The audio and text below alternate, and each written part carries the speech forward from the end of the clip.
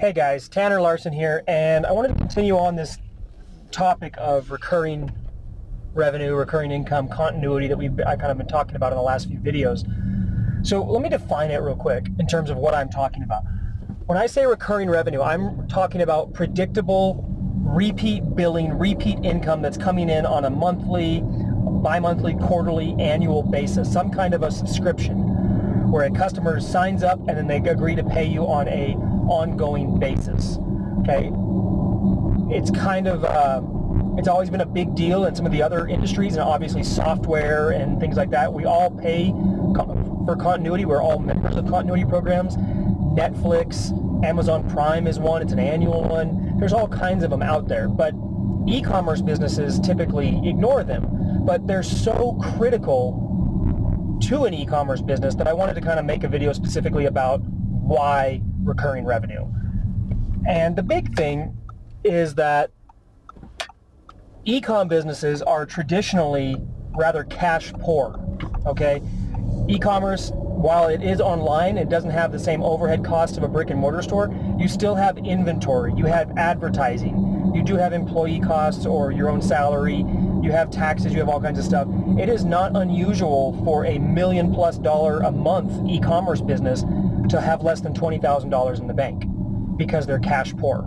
And the reason they're cash poor is, inventory turnover, purchasing raw materials, all that kind of stuff. But additionally, it's also because their income is solely dependent upon purchases off the front end, like one-time purchases or even repeat purchases, but made off a static product that they just sell once, they get the money for once.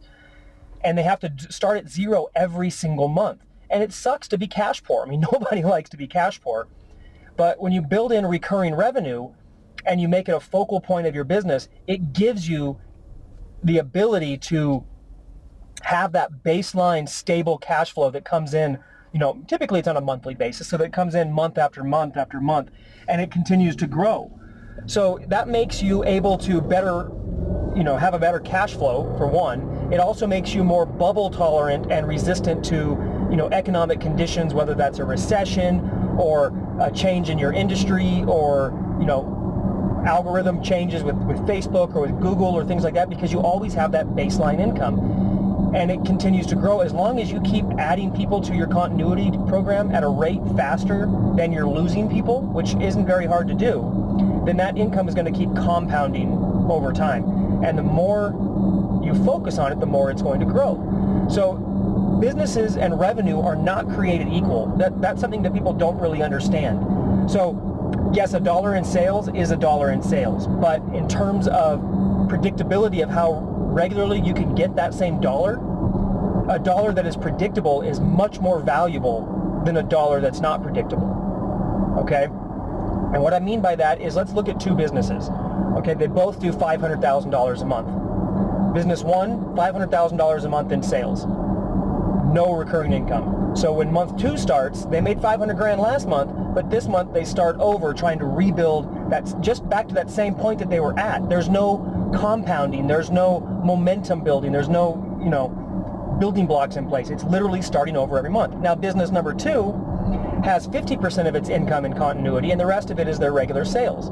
So in this case, they end month one with $500,000 of revenue.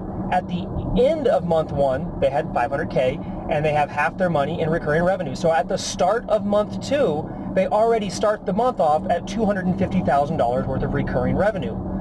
Okay, so now they only have to hit $250,000 to make the same amount they made last month. Now, if they make the same amount they made last month, now they did $750,000 in month two.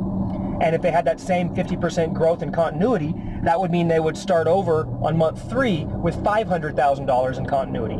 Now, of course, this is a simplistic example, but that's the power of recurring revenue and continuity.